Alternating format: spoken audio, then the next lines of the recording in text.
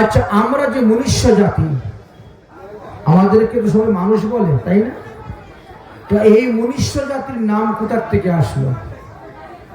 কে আমাদেরকে উপাধি দিল যে এরা হলো মানুষ? আচ্ছা, আমাদেরকে দেখতে যেরকম অসুর, দৈত্য, দানব, রাক্ষস, তারাও তো ওই রকম, ওই 2 হাত 2 নাক 2 চোখ 2 কান 2 পা সবই তো। তাহলে আমাদেরকে মানুষ নামে কেন অভিহিত করলেন? কে আমাদেরকে উপাধি দিয়েছেন এই মানুষ?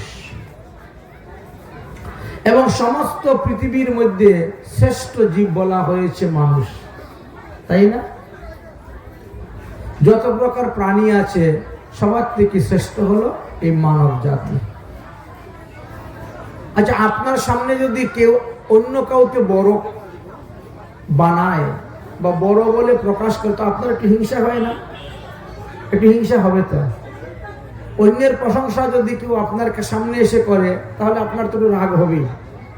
গতকালকে এই বিষয়ে আমরা বলছিলাম সতী অনুসূয়ার চরিত্র কথা, এবং ব্রহ্মাণী, সাবিত্রী, পার্বতী আর লক্ষ্মী দেবীর কথা।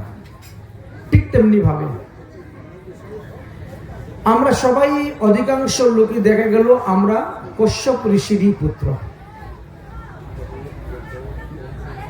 সুন্দর একটা দৃষ্টান্ত বা উপখ্যান দেওয়া হয়েছে শ্রীমদ্ ভাগবত মহাপুরাণের 6ষ্ঠ স্কন্ধের 6ষ্ঠ অধ্যায়। 6ষ্ঠ স্কন্ধের 6ষ্ঠ অধ্যায় বললেন, প্রথমে স্বয়ং ব্রহ্মা সৃষ্টিকর্তা হলেন এবং তিনি সৃষ্টিকার্য করলেন। সৃষ্টিকার্য করার পরে তিনি তিনার পুত্র মরীচিকে ভার দিলেন সৃষ্টিকার্যের। মরীচি যখন সৃষ্টিকার্য আরম্ভ করলেন, মরীচি ঋষি তিনি কর্দম ঋষির কন্যা কলাকে বিবাহ করেছিলেন। মরীচি ঋষির ঔরসে কলার গর্ভে এই কশ্যপ ঋষি জন্মগ্রহণ করেছিলেন। আর তার আরেকটি ভাই ছিল পূর্ণিমা। যদিও আমরা মহিলাদের নাম পূর্ণিমা রাখি, মেয়েদের নাম, কিন্তু পূর্ণিমা শব্দটা পুংলিঙ্গ, এটা ছেলেদের নামও রাখা যায়। পূর্ণিমা পুংলিঙ্গ শব্দ। যাই হোক, কশ্যপ ঋষি একবার দক্ষের 13টি কন্যাকে বিবাহ করেছিলেন। আমরা গতকালকে বলেছি দক্ষ হলেন 2 জন। একজন দক্ষ প্রথম মন্বন্তরে জন্ম নিয়েছিলেন ব্রহ্মার বৃদ্ধ আঙ্গুল হইতে, এবং তিনি মহাদেবের নিন্দা করেছিলেন বলে তিনি ছাগলের মাথা হয়ে গিয়েছিল। আরেকজন দক্ষ হলেন 6ষ্ঠ মন্বন্তরে প্রচেতার পুত্র রূপে জন্মগ্রহণ করেছিলেন।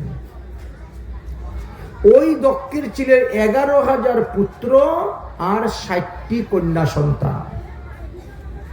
এই 60টি কন্যা সন্তানের মধ্যে ধর্মকে তিনি 10টি কন্যা দান করেছিলেন, কৈশব মুনিকে 13টি কন্যা দান করেছিলেন, চন্দ্রকে 27টি কন্যা দান করেছিলেন, ভৃগু ঋষিকে 2টি কন্যা দান করেছেন, অঙ্গিরা ঋষিকে 2টি কন্যা দান করেছেন, কৃষাস্য ঋষিকে 2টি কন্যা দান করেছেন, আর তাক্ষক কৈশব নামে এক ব্যক্তি ছিল, তাকে 4টি কন্যা দান করেছিলেন। তো এই যে ব্রহ্মার নাতি কৈশব, ব্রহ্মার পুত্র মরীচি, মরীচির পুত্র কৈশব, এই কৈশব ওই দক্ষের 60টা কন্যার মধ্যে 13টা কন্যাকে তিনি বিবাহ করেছিলেন। বিবাহ করার পর কশ্যপ ঋষির ঔরসে অদিতির গর্ভ হইতে 12 জন দেবতার জন্ম হইল। কশ্যপ ঋষির ঔরসেই দ্বিতীয় গর্ভ হইতে হিরণ্যকশিপু, হিরণ্যকাক্ষ আদি দৈত্যগণ জন্মগ্রহণ করলেন। বাবা কিন্তু একজনই, অথচ পৃথক পৃথক মায়ের থেকে পৃথক পৃথক জন্ম আসতেছে। কশ্যপ ঋষির ঔরসে তিনার তৃতীয় স্ত্রী দনুর গর্ভ হইতে 61 প্রকারের পুত্র সন্তান জন্ম নিয়েছিল। কশ্যপ ঋষির ঔরসে কাষ্টার গর্ভে ঘোড়া আদি এক ক্ষুর বৈশিষ্ট্য প্রাণীগণের জন্ম হয়েছিল। কশ্যপ ঋষির ঔরসে অরিষ্টার গর্ভে গন্ধর্বগণ জন্মগ্রহণ করেছেন। কশ্যপ ঋষির ঔরসে সুরমার গর্ভ হইতে জাতুধ্বন্য নামক রাক্ষসগণ জন্ম নিয়েছিলেন। কশ্যপ ঋষির ঔরসে ইলার গর্ভ হইতে বৃক্ষ লতা আদি পৃথিবীতে যত বনস্পতি দেখতেছেন তাদের জন্ম হয়েছিল। কশ্যপ ঋষির ঔরসে মনুর গর্ভ হইতে অপ্সরাগণ জন্মগ্রহণ করেছিলেন। কশ্যপ ঋষির ঔরসে ক্রুদবসার গর্ভ হইতে সর্প বিচা প্রভৃতি বিষযুক্ত প্রাণীগণ জন্মগ্রহণ করেছিলেন। কশ্যপ ঋষির ঔরসে তামস্রার গর্ভ হইতে শূল গ্রীব আদি পক্ষীগণ জন্মগ্রহণ করেছিলেন। কশ্যপ ঋষির ঔরসে সুরভির গর্ভ হইতে গু মহিষ আদি দুই ক্ষুর বৈশিষ্ট্য সেই প্রাণীগণ জন্মগ্রহণ করেছেন। কশ্যপ ঋষির ঔরসে সুরমার গর্ভ হইতে বাঘ সিংহ আদি হিংস্র প্রাণীগণ জন্মগ্রহণ করেছেন। কশ্যপ ঋষির ঔরসে তিমির গর্ভ হইতে জলচর মাছ থেকে আরম্ভ করে যত প্রাণীগণ আছেন জলে বাস করে তাদের জন্ম হয়েছে। এইভাবে কশ্যপ ঋষির 13 জন স্ত্রী থেকে 13 রকম প্রজাতি জন্ম হয়েছিল। পিতা কিন্তু মা আলাদা আলাদা, মায়ের কারণে তাদের এইভাবে জন্ম হয়েছে। ব্রহ্মার নির্দেশে কশ্যপ ঋষি নিজের ছেলের ঘরের নাতনি 2 জনকেও বিয়ে করেছিলেন। ছেলের দিকের নাতনি, এটি ব্রহ্মার আদেশ অনুসারে বিয়ে করেছিলেন একথা জানা যায়। এবং কশ্যপ ঋষির ঔরসে সেই নাতনি যে দনুর গর্ভ থেকে 61 প্রকার সন্তানরা জন্মগ্রহণ করেছিল। কশ্যপ ঋষির ঔরসে পুলমার গর্ভ থেকে নিপাত কবজ নামে 60,000 পুত্রগণ জন্মগ্রহণ করেছিলেন। কশ্যপ ঋষির ঔরসে কালার গর্ভ হইতে যুদ্ধ বিশারদ 30,000 দানব জন্মগ্রহণ করেছিলেন। এইভাবে সৃষ্টিকার্য বৃদ্ধি শুরু হলো। তখন পরীক্ষিত মহারাজ জিজ্ঞাসা করলেন, গুরুদেব আপনি তো সবার জন্ম কথাই বললেন, কিন্তু আমরা যে মানুষ জাতি আমাদের জন্ম কোথা থেকে হলো এই কথা তো আপনি বললেন না। তখন বললেন যে কশ্যপ ঋষির প্রথম স্ত্রীর নাম কি বলছি? অদিতি। অদিতির কটি পুত্র ছিল? 12টি পুত্র। আর 12টি পুত্রকে কি বলা হইতো? দ্বাদশ আদিত্য। এই দ্বাদশ আদিত্যের মধ্যে একজনের নাম ছিল অর্জমা। এই অর্জমা আর স্ত্রীর নাম ছিল মাতৃকা দেবী। অর্জমার ঔরসে মাতৃকা দেবীর গর্ভে যে সমস্ত সন্তান জন্মগ্রহণ করেছিল তাদেরকে ব্রহ্মা এসে বললেন, তোমরা হলে মনুষ্য জাতি। ওই থেকে আমরা মানুষ জাতি এসেছি। তাহলে আমাদের আদি পিতা দেখা গেল এখানে অর্জমা। এই জন্য দেখবেন যারা তর্পণ করে তখন অর্জমা আদি পিতৃপুরুষেভ্য নাম, পিতৃপুরুষের নামে জল দেওয়ার সময় অর্জমার নাম উচ্চারণ করতে হয়। পিণ্ডিদান আদি শ্রাদ্ধ কার্যে দেখবেন অর্জমার নাম উচ্চারণ করা হয়ে থাকে। এই হলো মানুষ জাতি। তো মানুষ জাতিকে কি করলেন ব্রহ্মা? সবার সেরা, সবার শ্রেষ্ঠ তিনি করে দিলেন। যার কারণে অন্যান্য পশু পাখিরা রেগে গেল। তারা রেগে ব্রহ্মলোকে গিয়ে ব্রহ্মার কাছে উপস্থিত, মানুষের মধ্যে কি গুণ আছে আপনি সমস্ত প্রাণীর মধ্যে তাদেরকে শ্রেষ্ঠ করে দিলেন? দেখো, প্রথমে গিয়েছে ঘোড়া। ঘোড়া গিয়ে বলছে, দেখেন আমার পিঠের মধ্যে তো একজন লোক বসতে পারে বা 2 জন লোক বসতে পারে, কিন্তু আমি গাড়ি টেনে মানুষ 20 জনকে নিয়ে চলে যেতে পারি। আমি একটা ঘোড়া 20 জন 25 জন মানুষকে টেনে নিয়ে যেতে পারি। 15 কুইন্টাল 20 কুইন্টাল চালের বস্তা দিয়ে দিল, গাড়ি টেনে নিয়ে চলে যায়। একটা মানুষ পারবে? পারবে না। একটা মানুষ তো একটা ঘোড়াকে কাঁধে করে নিয়ে যেতে পারবে না। অথচ আমি এতগুলো মানুষকে টেনে নিয়ে যেতে পারি। তাহলে আমাকে শ্রেষ্ঠ না করে আপনি মানুষকে শ্রেষ্ঠ করলেন। কি গুণ আপনি মানুষের মধ্যে পেয়েছেন? ব্রহ্মা তো তখন কিছু বলতে পারছেন না। কুকুর এসেছে, আমি সারা রাত্রি বাড়ি পাহারা দেই, আর মানুষ আরামসে নাক ডেকে ঘরে ঘুমায়। বুঝেছে? তাহলে আমি তাদেরকে রক্ষা করতেছি, আমি তাদের রক্ষক। তো যে যাকে রক্ষা করে সেই তো বড় হয়। তো আমাকে বড় না বানিয়ে আপনি মানুষকে বড় বানিয়ে দিলেন, এটা আপনার ঠিক হলো না। এইভাবে প্রত্যেকের শক্তি, বল, বীর্য সবকিছু দেখাচ্ছেন ব্রহ্মাকে। আর ব্রহ্মাকে বলছে, কেন আপনি মানুষকে শ্রেষ্ঠ বানালেন? আপনি আমাকে কেন শ্রেষ্ঠ বানালেন না? আমাকে কেন শ্রেষ্ঠ বানালেন না? ব্রহ্মা তখন কি উত্তর দিবেন? উত্তর দিতে পারছেন। বলছেন, তাহলে একজন মানুষকেই নিয়ে আসি, সেই উত্তর দিবে কেন মানুষকে শ্রেষ্ঠ বানানো হয়েছে সমস্ত প্রাণী হইতে। ঠিক আছে, তাই ব্রহ্মা আদেশ দিলেন, যাও পৃথিবীর থেকে একটা মানুষ ধরে নিয়ে আসো। ব্রহ্মসভায় এখন বৈঠক হবে। ব্রহ্মসভায় বৈঠক বসেছে, পশুরা একদিকে, পাখিরা একদিকে, বুঝেছে? আর ব্রহ্মা মধ্যখানে বসেছেন বিচারকর্তা। একটা মানুষকে ধরে আনা হয়েছে। ব্রহ্মা বলছেন, দেখো এরা সব বিচার প্রার্থী, আমি মানুষকে শ্রেষ্ঠ বানিয়েছি বলে এখন আমাকে কৈফিয়ত দিতে হচ্ছে। অতএব হে মানুষ, তুমিই বলো, তুমি কেমন করে সমস্ত জীবের মধ্যে শ্রেষ্ঠ হয়েছ, সমস্ত প্রাণীর মধ্যে শ্রেষ্ঠ হয়েছ, এটা তোমার মুখে তুমি বলো, ওরা শুনুক। তো মানুষ বলছে, পশু পাখিরা তো চেয়ে চেয়ে বেয়ে বেয়ে করে, তাই না? এরা চেয়ে চেয়ে বেয়ে বেয়ে করে কথা বলে, আমাদের মতো মনের ভাব প্রকাশ করে কথা বলতে পারে না। এই জন্য আমরা শ্রেষ্ঠ। শুনলে তো যেই এই কথা শুনেছে, এমনি চলে আছে ময়না, চলে আসছে কুকিল। বলছে, আরে তোমাদের মধ্যে কেউ যদি ভালো সুন্দর গান গায়, তাহলে কি করে? দেখো রে, দেখো কি সুন্দর কুকিল স্বরে গান গাইতেছে। ওরে মানুষ, তোরা কাদের সুর নকল করেছিস?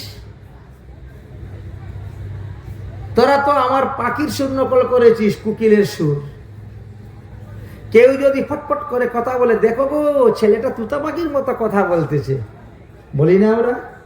তো কাঠটা নকল করেছ, পশুরটা নকল, পাখিরটা নকল করেছ। তাহলে মানুষ তুমি শ্রেষ্ঠ হলে কেমন করে?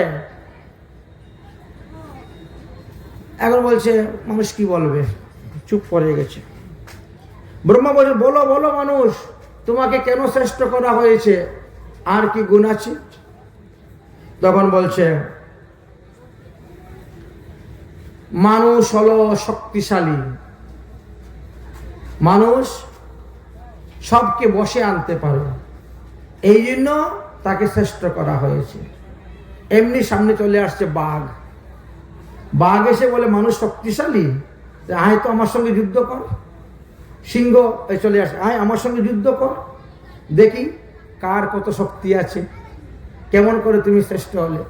আরে তোদের মধ্যে যদি কেউ শক্তিশালী হয়, যদি কেউ সাহস বেশি হয়, তাহলে কি বলিস, এই একটা বাঘের বাচ্চা, কাঠটা নকল করেছিস রে মানুষ, তাই বলেন না? যদি কেউ ৫-৬ জনের সঙ্গে মারামারি করে জয় করে বাড়ি চলে আসে, বাহ এই একটা বাঘের বাচ্চা জয় করে এসেছে, সিংহের বাচ্চা। তাহলে তোরা কাঠদেরটা নকল করেছিস। এখন মানুষ যেদিকে কথা বলতে যায় সেদিকেই হেরে যায়। বলছে, তোমরা পশু পাখিরা ন্যাংটা থাকো, আমরা কাপড় চোপড় পরে ঘুরে বেড়াই, তাই আমরা শ্রেষ্ঠ। আচ্ছা, তাই নাকি? চলে আসছে হরিণ। জিরাফ, এরা দেখ তোদের যে পোশাক 6 মাসেই ডিসকালার হয়ে যায়, আর আমাদের শরীরের পোশাক দেখ যতই রুদ্রে পুরি না কেন আর জলে ভিজি না কেন আমাদের আরো চকচক চকচক করে। তাদের কি পোশাক রে? মানুষ চিন্তা করলো, যে কথা বলতে যায় সেই কথাতে হেরে কি বলবে? মানুষ বলছে তোদের নাক এগুলো চেপা ঢেপা, আমাদের নাক দেখ কত সুন্দর, এই জন্য আমরা শ্রেষ্ঠ। তখন চলে আসছে টিয়া পাখি। আরে তোদের যদি কারো নাক সুন্দর থাকে তাহলে বলবে দেখ এর নাকটা টিয়া পাখির মতো, কি সুন্দর, তাই তো বলিস। তাহলে তোরা তো আমাদের টেন্ডাকল করেছিস, কোনো কিছু খুঁজে পাচ্ছে না, কি বলবে? যে কথা বলতে যায় কেউ না কেউ এসে বাধা দিয়ে যায়, দাঁড়িয়ে যায়। এখন মানুষ শ্রেষ্ঠ হবে কেমন করে? হে মানুষ, তুমি উত্তর দাও, তুমি শ্রেষ্ঠ হলে কেমন করে? তখন বলছে মানুষ হলো সব থেকে মূর্খ, তাই শ্রেষ্ঠ। আরে এটা একটা কথা হলো নাকি? সব থেকে মূর্খ বলে তাকে শ্রেষ্ঠ কে বলবে? আরে তোদের মধ্যে যদি কেউ মূর্খামি করে তাহলে কে কি বলা হয়? গাধা চলে আসছে। গাধা বলছে এসে আমার কথাই তো বলে, এই একটা গাধা। যদি তোদের মধ্যে কেউ কোনো দোষ করে, ভুল করে, মূর্খামি করে, কাজকে অকাজ বানাই দেয়, তাহলে কি বলি? এ একটা গাধা, এর দ্বারা কোনো কাজ হবে না। গাধা বলছে তোর গুণটা তো আমার কাছ থেকে নিয়েছিস ভাই, তো তোরা শ্রেষ্ঠ হলে কেমন করে? আমরা মানুষ যা কিছু এনেছি সব পশু পাখি থেকে নকল করে এনেছি, তাহলে তুমি শ্রেষ্ঠ হলে কেমন করে? ব্রহ্মা তো বড় বিপদে পড়ে গেলেন। যেখানে যে প্রশ্ন করে কোনো না কোনো পশু, কোনো না কোনো পাখি এসে সামনে দাঁড়িয়ে বলে আমি এই দেখা বলে দিচ্ছে আমার তুই শ্রেষ্ঠ হলে কেমন করে? তখন মানুষ বলল যে হ্যাঁ, মানুষ হরি ভজন করতে পারে, হরি গুণগান করতে পারে, হরি কীর্তন করতে পারে, কিন্তু পশু পাখি তোমরা করতে পারো না, এই জন্য মানুষ শ্রেষ্ঠ। তখন গিয়ে হেরে গেল। তখন সমস্ত পশুগণ পাখিগণ মাথা না তুলে, হ্যাঁ এ কথা সত্যি, এটা ধ্রুব সত্য। আমরা আহার নিদ্রা মিথুন তোমাদের মতনই সব করি, কিন্তু হরি ভজনটা আমরা করতে পারি না। আমাদের মধ্যে ধর্ম অধর্ম কোনো জ্ঞান নেই, তোমাদের মধ্যে ধর্ম জ্ঞান আছে, এই জন্য তোমরা পশু পাখি হইতেই শ্রেষ্ঠ। ধর্মহীনা মনুষ্য পশুবি সমানা। যে মানুষের মধ্যে ধর্ম অধর্ম জ্ঞান নেই তিনি পশুর সমানই হয়ে যান। এইভাবে বর্ণন করে গেছেন আদরণীয় সুখদেবজি। বলেন আর কি কি ভগবানের লীলা কথা আছে তা আপনি আমার নিকটে বর্ণন করুন। বলেন শুনো, সমস্ত দেবতাদের গুরু হলেন বৃহস্পতি, দেবগুরু বৃহস্পতি, আর সমস্ত অসুর দৈত্য দানবের গুরু হলেন শুক্রাচার্য। এখন সাধু গুরু বৈষ্ণব এই 3 ধরনের ব্যক্তিগণই আদরের বস্তু। যদি এই 3কে কেউ অনাদর করে তাহলে তার কোথায় না কোথায় ক্ষতি হবে, লোকসান হবে। একবার দেবগুরু বৃহস্পতি স্বর্গে গিয়েছিলেন। দেখি তো শিষ্যরা কেমন আছে, কেমন করতেছে, কেমন সাধন ভোজন করতেছে। তো স্বর্গে গিয়েছেন, গিয়ে দেখেন ওখানে ইন্দ্রের ভবনে খুব নাচ গান হচ্ছে, সবাই আনন্দে মেতে আছেন, নাচ গান হচ্ছে। দেবগুরু বৃহস্পতি গেটের সামনে, দরজার সামনে দাঁড়িয়ে একটু সময় দেখলেন, দেখে ওখান থেকে বেরিয়ে চলে আসলেন। কারণ এত এত দেবতার মধ্যে কারুর না কারুর নজর তো পড়েছে যে গুরুদেব এসেছেন, কিন্তু নজর পড়া সত্ত্বেও কেউ গিয়ে একটু গুরুদেবকে দণ্ডবোধ করলো না, প্রণাম করলো না, আসুন গুরুদেব বসুন তাও বলল না। কারণ ধনে মদে যারা মত্ত হয়ে যায় অহংকার, অভিমানী হয়ে যায়, তারা গুরুকেও চিনে না শেষে। এই জন্য বড় দুঃখ পেলেন দেবগুরু বৃহস্পতি। আর দুঃখ পেয়ে তিনি সেখান থেকে অদর্শন হয়ে চলে গেলেন। শুক্রাচার্য ধ্যানের দ্বারা জানতে পারল যে দেবতাদের গুরুদেব দেবতাদের প্রতি অসন্তুষ্ট হয়ে তিনি রাগ করে চলে গেছেন স্বর্গ থেকে। এই তো একটা সুযোগ, কারণ গুরুরুষ্ট হইলে কৃষ্ণ রাখিবারে নারে। তাই তো গুরুদেব যে একটু রুষ্ট হয়ে চলে গেছেন, এই সুযোগে তাদেরকে কেউ রক্ষা করতে আসবে না। অতএব দৈত্যগণ, তোমরা গিয়ে স্বর্গে হানা দাও। শুক্রাচার্যের আদেশে দৈত্য দানব রাক্ষসগণ এসে স্বর্গে হানা দিলেন। শুরু হলো যুদ্ধ, দেবাসুর সংগ্রাম। সেই সংগ্রামে দেবতারা হেরে গেলেন। অসুররা স্বর্গরাজ্য দখল করে বসে গেলেন। কারণটা কি? গুরু অবজ্ঞা। গুরু অবজ্ঞার কারণে এখন দেবতাগণ মনুষ্য বেশ ধারণ করে পৃথিবীতে ভ্রমণ করতেছেন, আর অসুরেরা স্বর্গরাজ্য ভোগ করতেছে।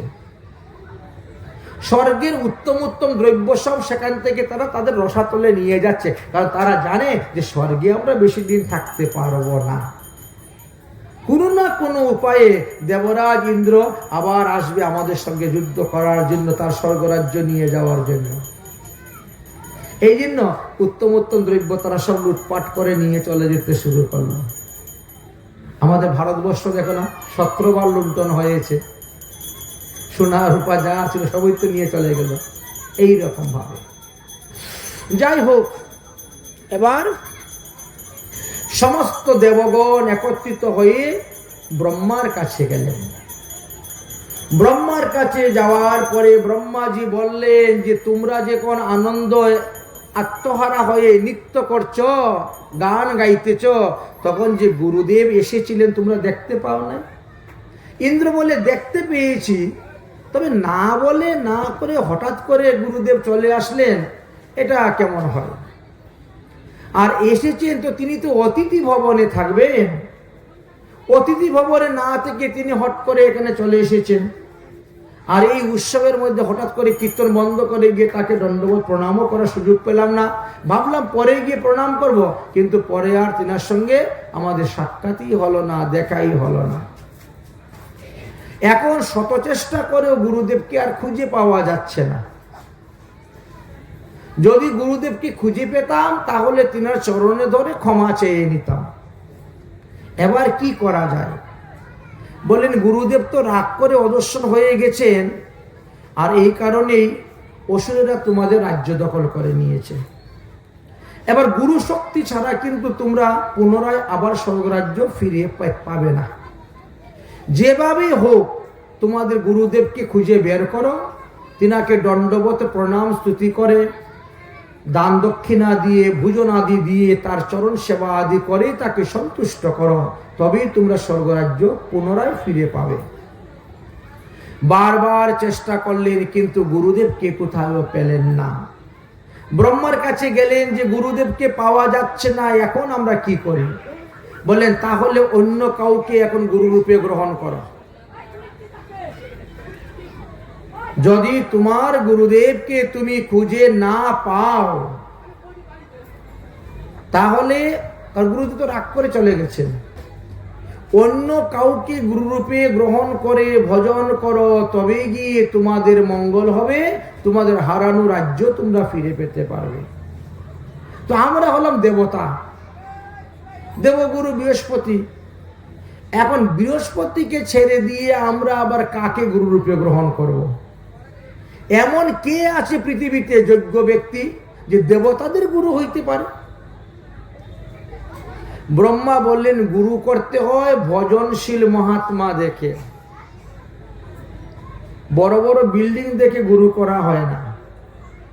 যে গুরুদেবের 10 তলা বিল্ডিং আছে, নাম আছে, দাম আছে,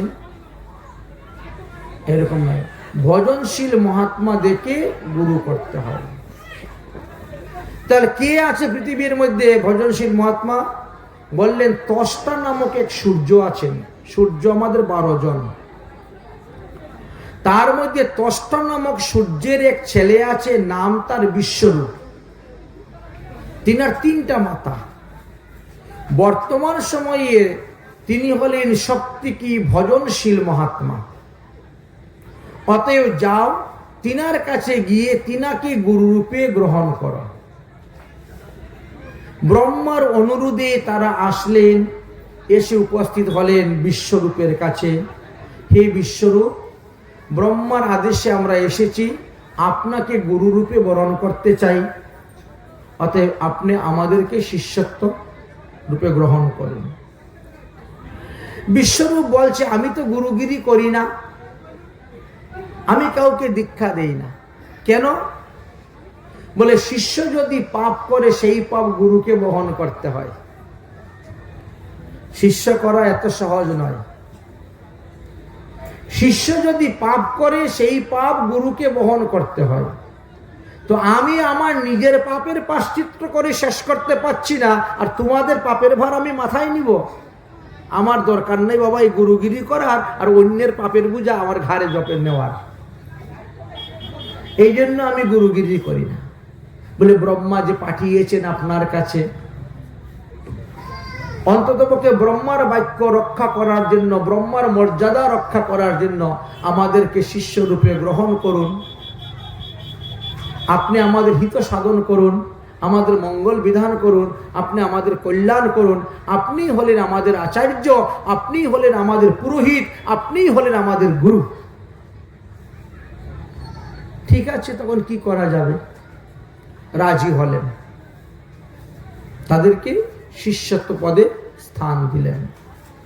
তো গুরু আমাদের 2 রকম, এক হলেন দীক্ষা গুরু আর এক হলেন শিক্ষা গুরু। এবার তিনাকে বললেন যে, দেখেন, আমাদের গুরুদেব অদর্শন হওয়ার কারণে, আমাদের দোষের কারণে অদর্শন হয়েছিলেন, যার কারণে আমরা রাজ্যহারা হয়ে গেছি। আপনাকে গুরুরূপে বরণ করেছি, আপনি কৃপা করুন, আশীর্বাদ করুন এবং উপদেশ দেন কিভাবে আমরা সেই শক্তি অর্জন করে অসুরদেরকে তাড়িয়ে আমরা স্বর্গরাজ্য আবার দখল করতে পারি। তখন বললেন, ইন্দ্রাদি দেবগণ, তোমরা নারায়ণ মন্ত্র জপ করো। আমি তোমাদেরকে নারায়ণ মন্ত্র এবং নারায়ণ কবচ দান করব।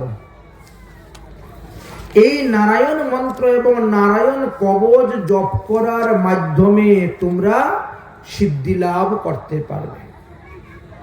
সবাই বসে গেলেন, জপের নিয়ম বিধি বিধান সব বলে দিলেন। আমাদের জপ করার সময় কি করি আমরা? এই আঙ্গুল থেকে জপ আরম্ভ করতে হয়, এই আঙ্গুল থেকে জপ আরম্ভ করে এইভাবে যেতে হয়, তাহলে 10 বার হয়ে গেল। এই দিকে যদি কেউ নামে তাহলে তার জপ নিষ্ফল হয়ে যাবে, সারা জীবন জপ করলেও সিদ্ধি লাভ হইবে না। কারণ ব্রহ্মা এই 2টি স্থানকে ত্যাগ করেছেন, পরিত্যাগ করে দিয়েছেন। কেন হাতে জপ করা হয়? হাতের মধ্যে 7টি তীর্থ আছে, প্রজাতীর্থ, কায়তীর্থ, দেবতীর্থ, মনুষ্যতীর্থ, পিতৃতীর্থ, এইভাবে 7টি তীর্থ আছে। যার কারণে আমরা যখন আঙ্গুল স্পর্শ করে করে জপ করি পর্বগুলাকে, তখন এক একটা তীর্থকে স্পর্শ করা হয়, আর এর দ্বারা আশু সিদ্ধি লাভ হয়। মন্ত্র দিলেন, মন্ত্রের অর্থ দিলেন, আর তার সঙ্গে কবচ সিদ্ধ করে দিলেন। দেবরাজ ইন্দ্রের হাতে কবচটা বেঁধে দিয়ে বললেন, যাও, এবার স্বর্গে যাও, গিয়ে যুদ্ধ করো, তোমরা যুদ্ধে জয়লাভ করবে। গুরু কৃপা, গুরু আশীর্বাদ আছে। গুরুদেবের আশীর্বাদে তারা স্বর্গে গেলেন, যুদ্ধ করলেন, অসুরদেরকে সরিয়ে দিয়ে স্বর্গরাজ্য লাভ করে ইন্দ্র আবার স্বর্গে বসে গেলেন। বসে যাওয়ার পরে বলছেন, গুরুদেব, আর যাতে কোনোদিন কোনো অসুরেরা আমাদের রাজ্য না নিতে পারে, তার জন্য কোনো উপায় থাকলে আপনি বলুন। নিজের বুদ্ধি যেমন তেমন, গুরু বুদ্ধি বিশেষত। বুঝলেন? গুরুদেব যদি আপনার গৃহে আসেন, তাহলে কোনো কাজ করতে গেলে গুরুদেবের কাছ থেকে পরামর্শ করেই কাজ করবেন। আপনি যত বড়ই জ্ঞানী হন, যত বড়ই পণ্ডিত হন না কেন, তারপরেও গুরুদেবের সঙ্গে একটু আলাপ আলোচনা পরামর্শ করে কাজ করা চেষ্টা। এই জন্য বলছি নিজের বুদ্ধি যেমন তেমন, গুরু বুদ্ধি বিশেষত। দেবরাজ ইন্দ্র যখন বললেন, তখন দেবরাজ ইন্দ্রকে বললেন, তাহলে তোমাকে বিশ্বজিৎ নামক একটা যজ্ঞ করতে হবে। আর বিশ্বজিৎ নামক যজ্ঞ করতে গেলে 100 মণ ঘি লাগবে একটা যজ্ঞতে। আমাদের এখানেও যজ্ঞ হবে শুনছি, 7 দিন পাঠের পরে 8 দিনের দিন যজ্ঞ হবে বলেছেন। তো বিশ্বজিৎ নামক যজ্ঞ করতে গেলে 100 মণ ঘি লাগে। তাহলে 100 মণ ঘিয়ের ব্যবস্থা করো, কাষ্ঠ ব্যবস্থা করো, যজ্ঞ কুণ্ডের ব্যবস্থা করো, যজ্ঞ হয়ে যাবে। গুরুদেব যজ্ঞটা করাবে কি? আমরা তখন যজ্ঞ করি নাই, আমি করাবো। যে গুরুদেব যজ্ঞ করতে জানে না সে গুরুদেব সদ্গুরুদেবই নয়। এটি হরিভক্তি বিলাসে লেখা আছে। যিনি সৎ গুরুদেব তিনি যজ্ঞ আদি হোম সব করতে জানেন। এই গুণগুলো তার মধ্যে থাকতে হবে। ঠিক আছে, তাহলে আমি হোতা হব, আমি পুরোহিত হব, আমি যজ্ঞ কার্য করাইব, চিন্তা করিও না, যাও। ব্যবস্থা করা হলো, শুরু হলো যজ্ঞ কার্য। যজ্ঞ কার্য যখন করছেন, দেবতাদের নামে যখন যজ্ঞ আহুতি দিয়েছেন, বড় করে উচ্চারণ করছেন স্বাহা।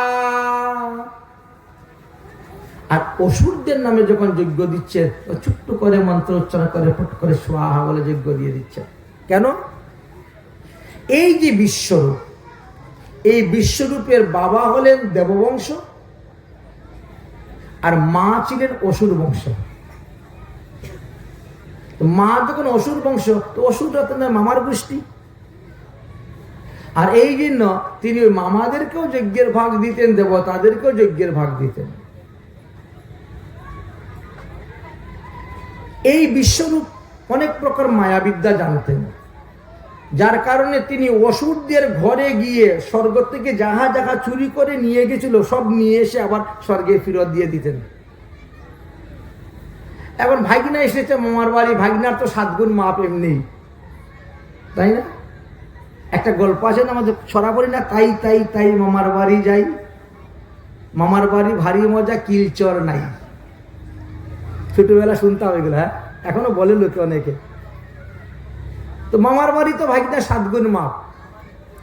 এই জন্য ওই অসুরদের কাছ থেকে সমস্ত কিছু এনে আবার স্বর্গে দিয়ে দিতেন। মামাদেরকে ভালোবাসতেন, তাই মামাদেরকেও যজ্ঞের ভাগ দিতেন। এখন একজন দেবতা শুনে নিয়েছে, দেখে নিয়েছে, দেখে তিনি দেবরাজ ইন্দ্রকে গিয়ে বলছেন, দেখ আমাদের গুরুদেব কিন্তু 2 নম্বরই কাজ করতেছেন।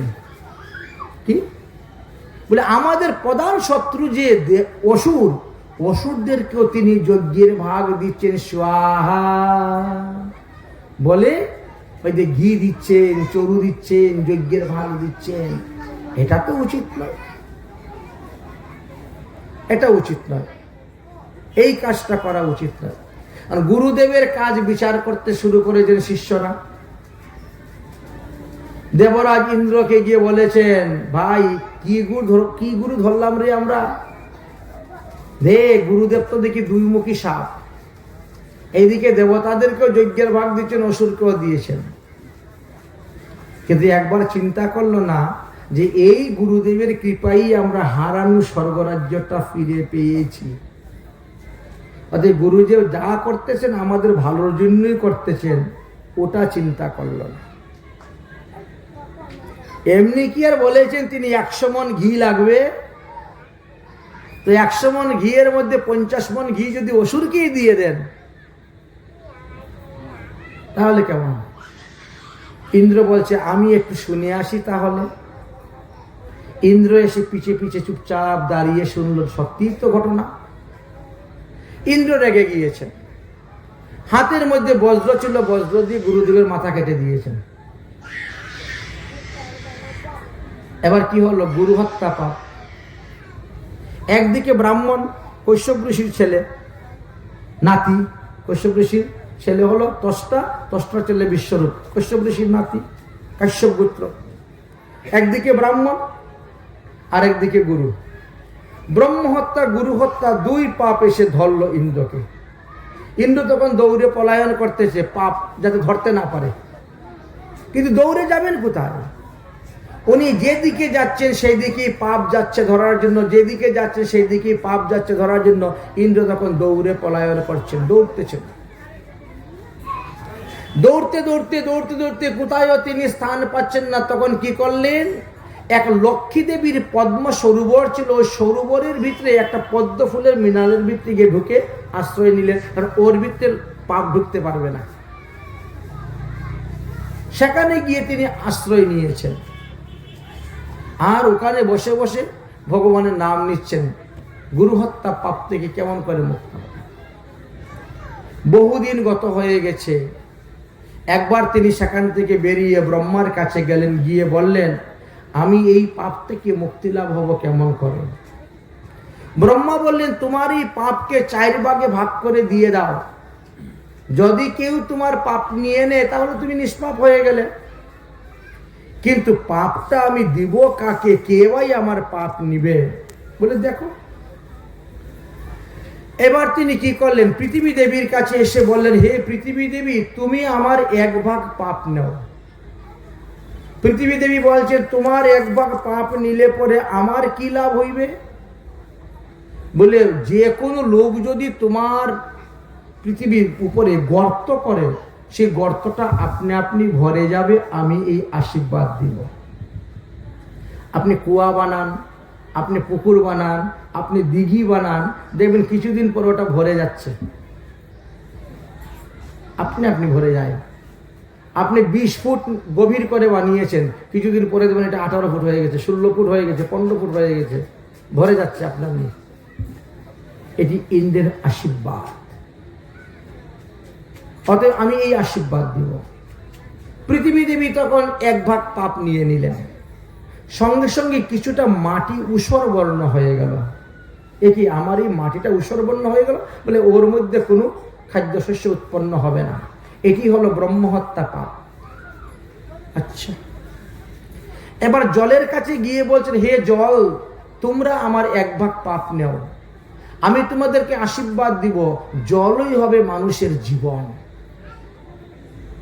জল, তুমি সবার সঙ্গে মিশতে পারবে, এই জন্য আমি তোমাকে আশীর্বাদ দিব, তুমি আমার 1 ভাগ পাপ নিয়ে নাও। জল বলল, ঠিক আছে, তাহলে নিয়ে নিব। যখন জলে 1 ভাগ পাপ নিল, তখন জলের মধ্যে ফেনা হয়ে গেল। ভূত ভূত ভূত সাবানের মধ্যে বা শ্যাম্পু বালতির মধ্যে দিয়ে হাত দিয়ে নাড়াচাড়া করলে দেখবেন কিরকম ফেনা উঠে। 1 বালতি জলের মধ্যে যদি একটু শ্যাম্পু দিয়ে আপনি নাড়া দেন, দেখবেন কিরকম ফেনা উঠে। সেই রকম ফেনা ফেনা। এ কি, আমার জলের মধ্যে ফেনা কেন? বলে, ওটা ব্রহ্মহত্যা পাপ। এই জন্য সমুদ্র ফেনা বলেন বা অন্যান্য, এটা ব্রহ্মহত্যা পাপ। 2 ভাগ পাপ তিনি দিয়ে দিলেন। 3য় ভাগ পাপ কাকে দিবেন? এবারে বৃক্ষের কাছে গেছেন। ওহে বৃক্ষগণ, তোমরা 1 ভাগ পাপ আমার গ্রহণ করো। তোমার পাপ গ্রহণ করলে আমাদের কি লাভ হবে? আমি তোমাদেরকে আশীর্বাদ দিব, তোমাদের মাথা কেটে দিলেও তোমাদের মৃত্যু হবে না। তোমাদের মাথা কাটলে ওখান থেকে 2টা মাথা বেরিয়ে যাবে। আপনি দেখবেন আম গাছ, জাম গাছ, লাউ গাছ, যাই হোক, গাছের মাথা কেটে দিলে ওখান থেকে 2টা ডাল বেরিয়ে যায়, 3টা ডাল। তুলসী গাছ দেখবেন, তুলসী গাছে দেখেন কতগুলো বেরোয়, সবাই তো মঞ্জুরি তুলে নিয়ে আসে, ওখান থেকে পট করে 2 ডাল বেরিয়ে যাচ্ছে। এটি ইন্দ্রের আশীর্বাদ। অতএব সব প্রাণী তো মাথা কাটলে মরে যায়, কিন্তু বৃক্ষের মাথা কাটলেও বৃক্ষ মরে না, তাই না গো? ইন্দ্র বলছে, আমি তোমাদেরকে আশীর্বাদ দিব, তোমাদের মাথা কাটতে দিলেও তোমাদের মৃত্যু হবে না। আচ্ছা, তাহলে 1 ভাগ পাপ দিয়ে দাও। যেই 1 ভাগ পাপ নিয়েছেন, এমনি গাছ থেকে আঠা বেরোতে শুরু হয়েছে। এ কি, আমার গাছ থেকে আঠা বেরোচ্ছে কেন? দেখবেন আপনি আম গাছ হোক, জাম গাছ হোক, দা দিয়ে একটা ছেদ মারবেন, পরের দিন দেখবেন ওখান থেকে একটু আঠা বেরোচ্ছে, ঠিক না? এ কি, আঠা বেরোচ্ছে কেন? বলে, ওটাই ব্রহ্মহত্যা। আচ্ছা, ঠিক আছে, আরো 1 ভাগ পাপ রয়েছে, অনেক জায়গায় ঘোরাঘুরি করতেছে, কিন্তু কেউ তার পাপের ভাগ নিতে রাজি নয়। অবশেষে তিনি এই অবলা মহিলাদের কাছে আসলেন। ওগো তোমরা আমার এক ভাগ পাপ গ্রহণ করো। তোমার পাপ গ্রহণ করলে কি হবে? আমি আশীর্বাদ দিব। কি আশীর্বাদ? আহারে দ্বিগুণ, বুদ্ধিতে চতুর্গুণ, সাহসে শতগুণ, আর কামেতে অষ্টগুণ। একজন পুরুষ থেকে এতগুলা গুণ বর্ধিত তোমাদের এক একটা কাজে থাকবে, যদি তোমরা আমার এক ভাগ পাপ গ্রহণ করো। এই লোভে পরে তারা পাপ গ্রহণ করে নিলেন। যেই পাপ গ্রহণ করেছেন এমনি দেহ থেকে রক্তস্খলিত হয়ে গেল। কি আমার রক্তস্খলিত গেল? বলে ওটাই হলো ব্রহ্মহত্যা পাপ। প্রতি 28 দিন অন্তর অন্তর ব্রহ্মহত্যা পাপ স্বরূপ তোমাদের এই রজ দেখা দিবে। এই হলো মহিলাদের রজস্বলা, রজ দেখা দিবে। এই রজ যেদিন দেখা দিবে সেদিন থেকে 3 দিন পর্যন্ত তোমরা ঠাকুর ঘরে যেতে পারবে না, ঠাকুরের কোনো সেবা পূজা করতে পারবে না, ঠাকুরের রন্ধন আদি করতে পারবে না। প্রথম দিন থাকবে তোমরা চণ্ডালিনীর মতো পবিত্র। প্রথমে অন্নি চণ্ডালিনী, অন্নি মানে দিন, দিন শব্দের অন্নির দ্বারা বোঝানো হয়। অন্নি দিবস, দিন, বাসর ইত্যাদি অর্থে দিনের পর্যায়বাচী শব্দ। প্রথমে অন্নি চণ্ডালিনী, দ্বিতীয়স্তু ব্রহ্মঘাতিনী। আমি যে গুরু হত্যা করেছি, ব্রহ্ম হত্যা করেছি, এই পাপিনী হলে তোমরা দ্বিতীয় দিন। তৃতীয় চ শূদ্রাণী, তৃতীয় দিবসে তোমরা শূদ্রাণীর মতন পবিত্র থাকবে।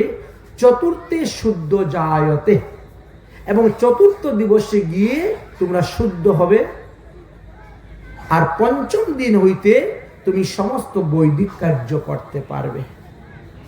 এই হলো ব্রহ্মহত্যা পাপকে 4 ভাগে বিভক্ত করে 4 জায়গায় দিয়ে ইন্দ্র এবারে নিষ্পাপ হয়ে আসলেন স্বর্গে। এদিকে বিশ্বরূপের বাবার নাম কি ছিল? ত্বষ্টা। তিনি বললেন, দেখো ইন্দ্র কত বড় দুষ্ট। আমার ছেলেকে গুরুরূপে গ্রহণ করলো, আমার ছেলের কৃপায় সে স্বর্গরাজ্য পেল, আর এখন আমার ছেলের মাথা কেটে দিল। আমি ওই ইন্দ্রকে ছাড়ব না। ইন্দ্রকে বধ করতে পারে এমন একটা ছেলে আমি জন্ম দিব, সন্তান হত্যার প্রতিশোধ নেওয়ার জন্য। কিন্তু সন্তান জন্ম দিয়ে সন্তান বড় হবে, তারপরে ইন্দ্রকে মারবে, তো অনেক ব্যাপার। তার থেকে যজ্ঞ, যজ্ঞের মাধ্যমে আমি সন্তান জন্ম দিব, এই বলে তিনি আরম্ভ করলেন যজ্ঞ। যজ্ঞ আরম্ভ করলেন যে যজ্ঞ কুণ্ড থেকে একটি সন্তান জন্ম হবে, আর সেই পুত্র ইন্দ্রকে বধ করবে। এই সংকল্প নিয়ে আরম্ভ হলো যজ্ঞ।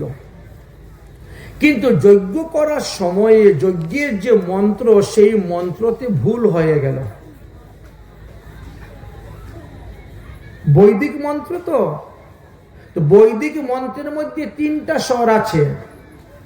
কি আছে? উদ্দাত, অনুদাত আর স্বরত, 3টি স্বর আছে, যাকে আমরা ঋস্ব, দীর্ঘ, প্লুত বলে থাকি ব্যাকরণ শব্দ অনুসারে। ঋস্ব, দীর্ঘ, প্লুত বলে থাকি। ত্বষ্টা যখন নিজ পুত্র বিশ্বরূপ হত্যার প্রতিশোধ নেওয়ার জন্য ঋত্বিকগণের দ্বারা যজ্ঞ কার্য আরম্ভ করলেন। উদ্দেশ্য কি ছিল? আমার প্রধান শত্রু ইন্দ্রকে মারতে পারে এমন পুত্র যজ্ঞ থেকে উৎপন্ন হোক। কিন্তু মন্ত্র ভুলের কারণে কি হয়েছে?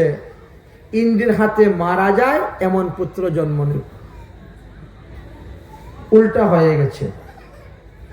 যজ্ঞ যখন শুরু হলো, ঋত্বিকগণ যখন মন্ত্র উচ্চারণ করতে শুরু করলেন, তো ইন্দ্র শত্রু বিদস্তস্যা, এই হলো মন্ত্র। এই মন্ত্রতে ইন্দ্র শব্দের উচ্চারণ হবে ছোট্ট করে, ইন্দ্র।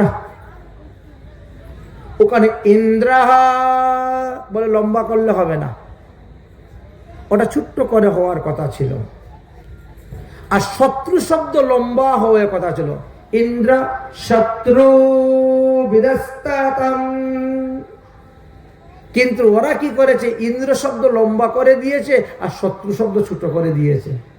ইন্দ্রাহ শত্রুবিদস্ততম, উল্টা হয়ে গেছে মন্ত্রের অর্থ। ইন্দ্রের হাতে মারা যাক এমন পুত্র জন্ম হয়ে গেছে। সন্তান তো জন্ম নিয়েছে যজ্ঞকুণ্ড থেকে, তার নাম কি? বৃত্তাসুর। বিশাল বড় অসুর জন্ম নিলেন। অসুর জিজ্ঞাসা করল, আপনি আমাকে কেন সৃষ্টি করেছেন, আমি কি কাজ করব বলুন। বলে, দেখো আমার ছেলে বিশ্বরূপকে, তোমার বড় ভাই, তুমি তো আমার মন্ত্রপুত ছেলে, মন্ত্রের দ্বারা তুমি জন্ম নিয়েছো, অতএব তুমি আমার মন্ত্রজ ছেলে। তোমার দাদা বিশ্বরূপকে ইন্দ্র মেরেছে, তুমি তা ইন্দ্রকে মেরে প্রতিশোধ নাও। বৃত্তাসুর স্বর্গে গিয়ে উপস্থিত হলেন, শুরু করলেন ইন্দ্রের সঙ্গে যুদ্ধ। ইন্দ্র সহ, ইন্দ্রের বজ্র সহ, ইন্দ্রের হাতি সহ গিলে ফেলে দিল, খেয়ে নিল একেবারে। তার কত বড় শরীরটা বুঝেন তো এখন বৃত্তাসুরের। স্বর্গরাজ্য দখল করে বসে গেল, সবাই ভয়ে পলায়ন। ইন্দ্র অমৃত পান করছেন তো অমর, এই জন্য সহজে মৃত্যু হচ্ছে। 6 মাস সময় লেগেছে বৃত্তাসুরের পেট কেটে বেরোতে ইন্দ্রের। এমন ভয়ঙ্কর ছিলেন অসুর। তাহলে মন্ত্র যদি ভুল হয়, তাহলে ভুল মন্ত্রে আমাদের বিপরীত অর্থ হয়ে যায়। গীতা পাঠ করা সহজ, ভাগবত পাঠ করা সহজ, এতে যদি ভুলও হয় ভগবান ভুল দেখেন না। কিন্তু চণ্ডী পাঠ করা কিন্তু কঠিন। আমাদের দেবতাদের এক এক রকম স্বভাব। ভগবান বিষ্ণু হলেন ভাব ও ইচ্ছন্তি, তিনি আমাদের ভাব দেখেন, ভাব ও ইচ্ছন্তি বিষ্ণু। আর দেবতারা কি দেখে? মন্ত্রম ইচ্ছতি দেবতা, দেখে মন্ত্রে শুদ্ধ আছে কিনা। মন্ত্র যদি ভুল হয় তাহলে ভুল ফল দিবেন। আর আমাদের পিতৃপুরুষগণ যারা মারা গিয়েছে তারা কি দেখে? বিধি ইচ্ছন্তি পিতৃব্য। তারা দেখবেন তুমি যে শ্রাদ্ধ করতেছ, পিণ্ডি দান করতেছ, ওর বিধি বিধানটা ঠিক আছে কিনা। তোমার ভক্তি থাকুক আর না থাকুক তা তারা দেখবে না। বিধি বিধান অনুসারে না দিলে তারা সেই পিণ্ডি গ্রহণ করবে না। এক একজন এক একটা ভাব। এই জন্য দেবতার পূজা করার সময় ভুল মন্ত্র জপ করলে কিন্তু বিপদ আছে, ভুল ফল পাওয়া যাবে। উদাহরণস্বরূপ বলা যায়, এক ব্যক্তি, তার স্ত্রী এমন একটা রোগ হয়েছে যে কোনো ডাক্তার কবিরাজ ভালো করতে পারছে না। তো তিনি এক সাধু বাবার কাছে গিয়ে বলছেন, সাধু বাবা, আমার স্ত্রীর এমন রোগ হয়েছে, কোনো ডাক্তার কবিরাজ ভালো করতে পারছে না, আপনি যদি কিছু পারেন দেখেন, পরমার্থিক লাইনে কিছু থাকলে আমার স্ত্রীটাকে সুস্থ করে দেন, ভালো করে দেন। তো সাধু বাবা বললেন যে, শুনো, আমি একটা মন্ত্র বলে দিচ্ছি, তুমি বাড়িতে যাবে, একটা দুর্গার ফটো সামনে রাখবে, ধূপকাঠি মোমবাতি জ্বালাবে, প্রদীপ জ্বালাবে, স্নান করে শুদ্ধ বস্ত্র পরিধান করে উত্তর কিংবা পূর্বমুখী হয়ে বসবে। বসে কি বলবে? ভার্যাম রক্ষতি ভৈরবী, ভার্যাম রক্ষতি ভৈরবী, ভার্যাম রক্ষতি ভৈরবী, ভার্যাম রক্ষতি ভৈরবী। এই মন্ত্র জপ মাত্র 7 দিন তুমি জপ করে দেখো, তোমার স্ত্রী হেঁটে ঘুরে বেড়াবে, সব রোগ মুক্ত হয়ে যাবে। এটি দুর্গা দুর্গতি নাশিনী মন্ত্র। যাও, ঠিক আছে। সাধু বাবার কাছ থেকে মন্ত্র উপদেশ পেয়ে তিনি দীর্ঘশ্বাসে ছুটছেন বাড়ির দিকে, ঊর্ধ্বশ্বাসে। রাস্তার মধ্যে অনেক দিনের পুরানো এক বন্ধুর সঙ্গে দেখা হয়ে গেছে। আরে ও বন্ধু, আরে কি ব্যাপার, মাথা হেট করে মলিন বদনে কোথায় যাচ্ছ দৌড়ে, কি হয়েছে? ওহো হো হো। আর বন্ধু বলিস না, তোর বৌদির তো এই অবস্থা, এই ঘটনা। এখন একজন সাধু বাবার কাছে গিয়েছিলাম, উনি বলে দিয়েছে ওই মন্ত্র জপ করতে হবে ভাই, তাই আমি একটু তাড়াতাড়ি যাচ্ছি, পরে তোর সঙ্গে কথা বলবো। বন্ধুর সঙ্গে কথা বলতে বলতে মন্ত্র গেছে ভুলে। কি জানি সাধু বাবা কি মন্ত্র বলেছিল, মনে পড়ছে না, ঘুরে ঘুরে। হ্যাঁ, ভার্যাম ভক্ষতি ভৈরবী। হ্যাঁ, এই মনে পড়েছে একটু। বাড়িতে গিয়ে একবার মাথা বেঁধে বসে গেছে, বসে মন্ত্র জপ শুরু করেছে। ভার্যাম ভক্ষতি ভৈরবী, ভার্যাম ভক্ষতু ভৈরবী, ভার্যাম ভক্ষতু ভৈরবী। জপ করতে না করতে সন্ধ্যার সময় বউ মরে গেছে।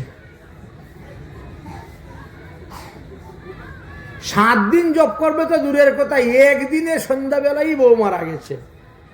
এখন তো খুব রেগে গেছে সাধুর উপর। সাধু আমাকে কি মন্ত্র দিল, আমার বউটা একদিনই মরে গেল। সাধুর কাছে গিয়ে উপস্থিত, আপনি আমাকে কি মন্ত্র দিয়েছেন, আমার স্ত্রীটা মারা গেল। সাধু বলছি, এই মন্ত্র জপ করলে তো কেউ মরে না। এই তুমি কি মন্ত্র জপ করছো? বলে, কেন, আপনি যা দিয়েছেন তাই তো জপ করেছি। বলে, তুমি বলো তো তুমি কি মন্ত্র জপ করছো? বলে, ভার্যাম ভক্ষতি ভৈরবী।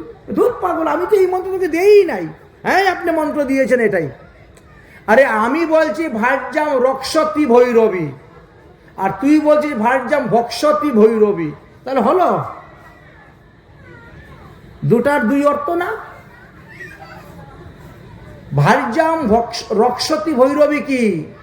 হে মা ভৈরবী দেবী, তুমি আমার স্ত্রীকে রক্ষা করো, ভার্যাম রক্ষতি ভৈরবী। আর তুমি বলছো ভার্যাম ভক্ষতি ভৈরবী, হে ভৈরবী মা, তুমি এসে আমার স্ত্রীকে খেয়ে যাও। ভক্ষ, ভক্ষ মানে খাওয়া। এখন তুমি সকাল থেকে সন্ধ্যা পর্যন্ত জপ করতেছ, হে মা তুমি এসে আমার স্ত্রীকে খেয়ে যাও, হে মা তুমি এসে। স্ত্রী এসেছে, ভৈরবী দেবী এসে তোমার স্ত্রীকে খেয়ে চলে গেছে, স্ত্রী মরে গেছে, আমার কি দোষ? দেখেছেন, আপনার যতই ভাব থাকুক আর যতই ভক্তি থাকুক না কেন, যদি আপনি মন্ত্র উচ্চারণে ভুল করেন তাহলে ভুল ফলই পাবেন, শুদ্ধ ফল পাওয়া যাবে না। যে সমস্ত লোক দীক্ষা মন্ত্র গ্রহণ করেছেন, অনেককে জিজ্ঞেস করলে দীক্ষা মন্ত্র বলতেই পারে না যে কত অক্ষরে তাকে দীক্ষা দিয়েছে, কোন মন্ত্রে তাকে দীক্ষা দিয়েছে। তো এমন দীক্ষা নিয়ে বসে থাকলে হবে? যদি গুরুদেব জীবিত থাকেন তাহলে গুরুদেবের কাছে গিয়ে বলেন, গুরুদেব আমাকে আবার সেই দীক্ষা মন্ত্রটা লিখে দেন, বা দীক্ষা মন্ত্রটা আমি ভুলে গেছি আবার বলে দেন। জপ করতে হবে। এখন যদি ভুল মন্ত্র জপ করো তাহলে কিন্তু ভুল ফল হয়ে যাবে। অনেকে বলে নতুন বিয়ে হয়েছিল তো তখন তো খুব লজ্জা, আর শাশুড়ি মা তো আবার দীক্ষা না হলে আমার হাতে জলও খাবে না।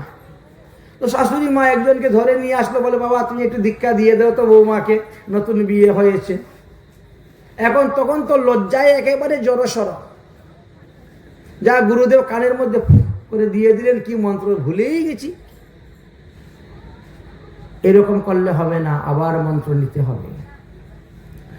যাই হোক, এইবার যে ত্বষ্টার পুত্র বিশ্বরূপ জন্মগ্রহণ, এই বৃত্তাসুর জন্মগ্রহণ করল, তিনি অতি ভয়ঙ্কর হয়ে উঠলেন। দেবতারা আর শান্তিমতে স্বর্গে বাস করতে পারল না, বৃত্তাসুর স্বর্গরাজ্যে গিয়ে বসলেন। সমস্ত দেবগণ, ঋষিগণ, মুনিগণ সবাই মিলে ইন্দ্রকে বলছেন, ইন্দ্র তুমি যেভাবেই হোক বৃত্তাসুরকে বধ করো। ইন্দ্র বলছে, একবার আমি ত্বষ্টার পুত্রকে বধ করে যে পাপ করেছিলাম সেই পাপকে 4 ভাগে ভাগ করে 4 জায়গায় দিয়ে পাপ মুক্ত হয়েছি, দ্বিতীয়বার আর ব্রহ্ম হত্যা করতে আমি যাব না, ব্রাহ্মণের ছেলেকে মারতে যাব না, ভিক্ষা করে খাবো, খাওয়া বরং ভালো। মুনি ঋষিরা বললেন, আমরা যজ্ঞ করিয়ে যজ্ঞের মাধ্যমে তোমার এই পাপকে নাশ করে দিব, তথাপিও তুমি বৃত্তাসুরকে বধ করো। বৃত্তাসুরকে বধ করবো কেমন করে? এত বড় বলবান অসুর, যাকে আমরা কোনো কিছু দিয়ে পারছি না মারতে। ব্রহ্মা বললেন যে তাকে মারার একটা উপায় আছে, তোমরা নৈমিষারণ্যে চলে যাও দধিচি মুনির কাছে। দধিচি মুনিকে গিয়ে বলো যে আপনি প্রাণ ত্যাগ করুন, আর আপনার হাড্ডি নিয়ে আমরা একটা অস্ত্র তৈরি করব। ওই অস্ত্র দিয়ে যদি বৃত্তাসুরকে মারা যায় তবেই বৃত্তাসুর মরবে, না হলে বৃত্তাসুর মরবে না। তাই বৃত্তাসুরকে মারার একমাত্র উপায় ওই একটাই আছে, দধিচি মুনির অস্থি। তখন ইন্দ্র আদি সমস্ত দেবগণ দধিচি মুনির কাছে গিয়ে উপস্থিত হয়ে বললেন যে হে মুনিবর, আপনি যুগ বলে প্রাণ ত্যাগ করুন, আর আপনার হাড্ডিগুলা নিয়ে আমরা বিশ্বকর্মাকে দিয়ে একটি অস্ত্র বানাবো, সেই অস্ত্র দিয়ে বৃত্তাসুরকে বধ করতে হবে, না হলে আমার স্বর্গরাজ্য পাবে না। দধিচি মুনি বলছেন, অনেকদিন ধরে আমার মনে বাসনা ছিল ভারতবর্ষের মধ্যে যত তীর্থ আছে সব তীর্থ একটু ভ্রমণ করে আসব। আজ যাবো কাল যাবো বলে যাওয়া হচ্ছে না, আর এখন তো দেখি আসন্ন মৃত্যু এসে গেছে, তোমরা এসেছো, একটু অপেক্ষা করো, আমি তীর্থ ভ্রমণটা করে আসি। ইন্দ্র চিন্তা করলেন তীর্থ ভ্রমণ করতে গেলে আবার কত বছর চলে যাবে, তার তো অন্ত নাই। ভারতবর্ষ পরিক্রমা করতে 12 বছর লাগে, আর 12 বছর কি আমরা মনুষ্য রূপ ধারণ করে পৃথিবীতে ঘুরে বেড়াবো দেবতা হয়ে? তার থেকে বরং আমি সমস্ত তীর্থকে আহ্বান করে নিয়ে আসবো, আপনি এখানে স্নান করে নেন, দর্শন করে নেন। এই জন্য দেবরাজ ইন্দ্রর আদেশে নৈমিষারণ্যে 60,000 কোটি তীর্থ এসেছিলেন। নৈমিষারণ্য উত্তরপ্রদেশের সীতাপুর জেলা, নৈমিষারণ্য তীর্থ, 60,000 কোটি তীর্থ এসে উপস্থিত হলেন। ওখানে একটা দধিচি কুণ্ড আছে, ওই কুণ্ডের জলে যিনি স্নান করবেন তিনি 60,000 কোটি তীর্থের জলে স্নান করা হয়ে যাবে। এই নৈমিষারণ্য 84 কোষ, 84 কোষ নৈমিষারণ্য যে পরিক্রমা করবে সে 84 লক্ষ যোনি থেকে উদ্ধার হয়ে যাবে। এই যে বর্তমানে চলতেছে ফাল্গুন মাস, ফাল্গুন মাসের প্রতিপদ থেকে পরিক্রমা আরম্ভ হয়েছে, আর গৌর পূর্ণিমা পর্যন্ত আগামী মঙ্গলবার পর্যন্ত পরিক্রমা চলতেছে, লক্ষ লক্ষ লোক পরিক্রমা করতেছে নৈমিষারণ্য।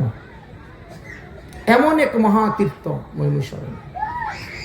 যাই হোক, দধিচি মুনি সেখানে স্নান করলেন, যুগপলে প্রাণ ত্যাগ করলেন, তার হাড্ডি নিয়ে আসলেন, বিশ্বকর্মাকে দিলেন, বিশ্বকর্মা বজ্র তৈরি করলেন, করে দিলেন দেবরাজ ইন্দ্র।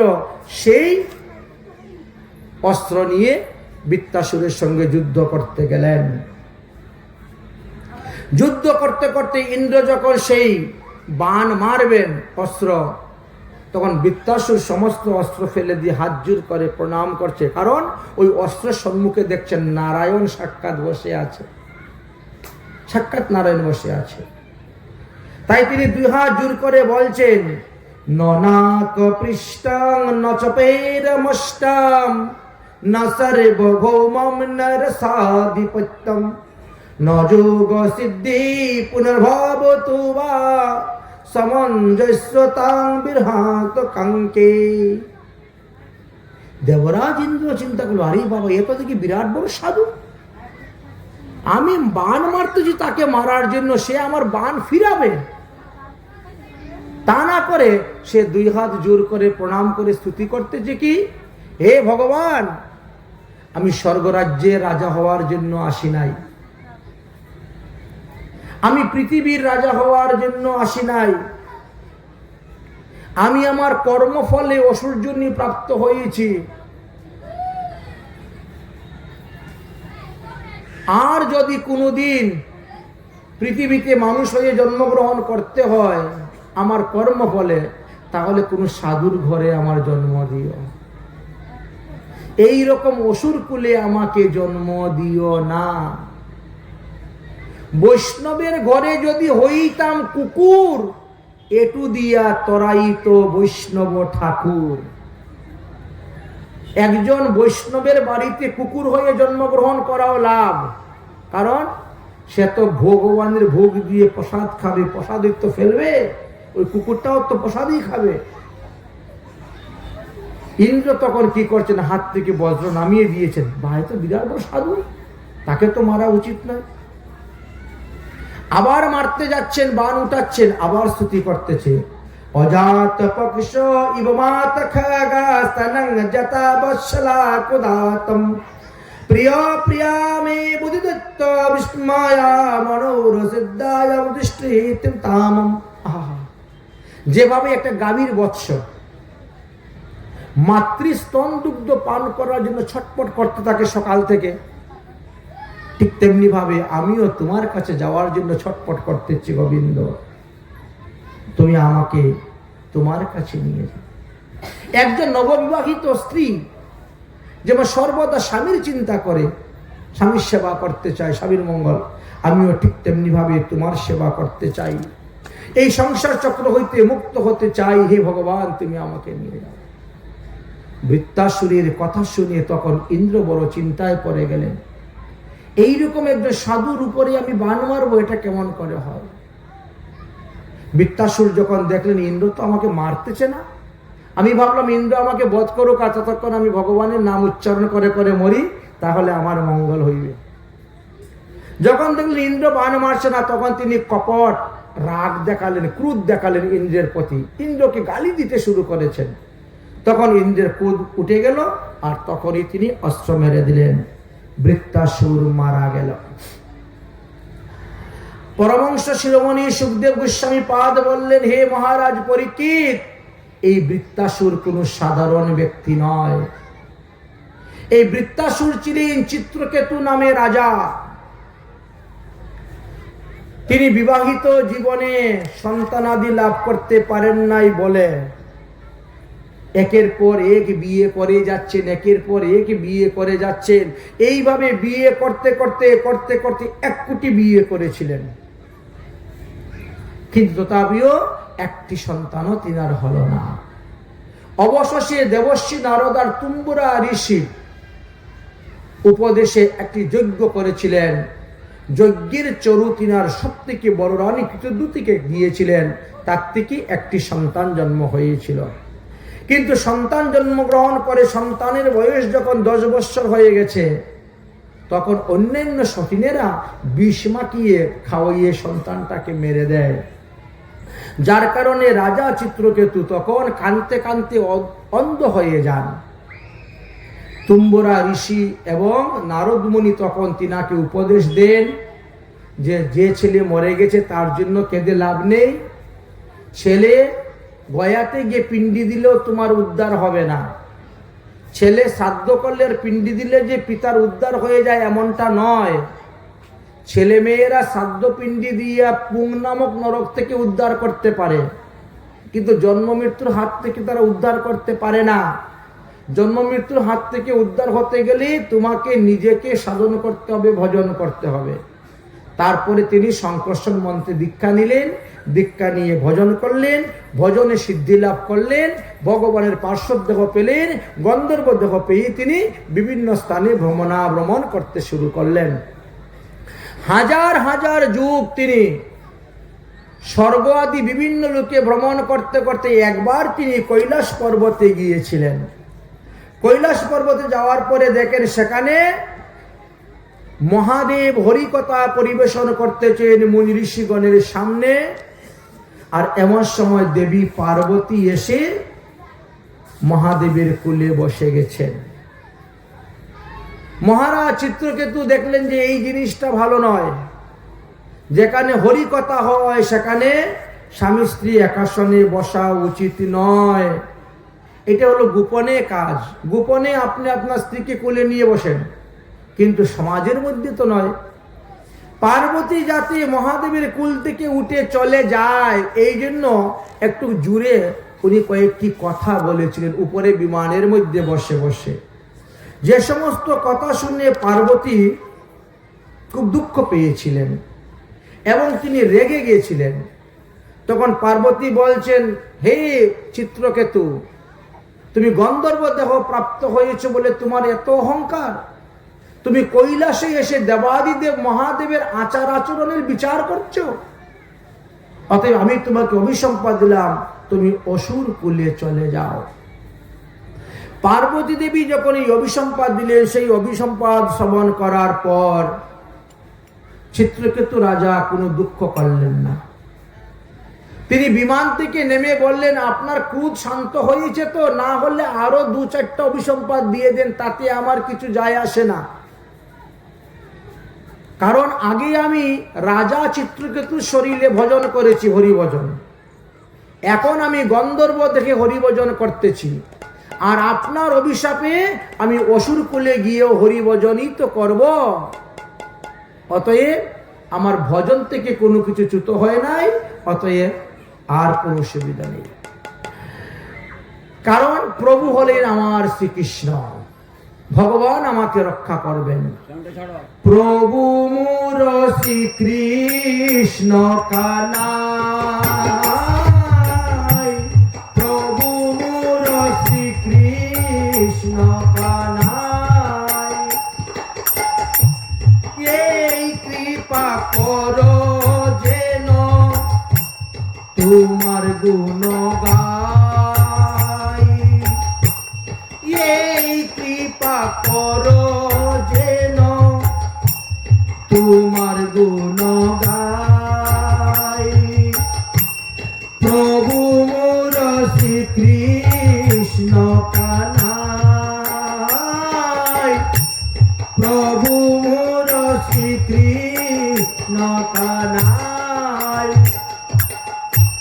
হোক না জনম যে সে কুলে,